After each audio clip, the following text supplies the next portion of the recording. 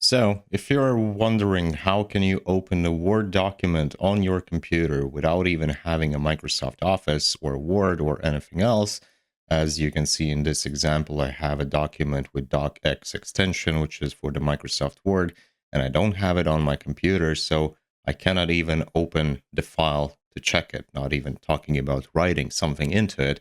So the best way is to open the Google Docs. I will throw the link in the description. Open the blank document here, and then you need to go to the file, open, computers, upload, then find the folder where you have this document, just hover it inside.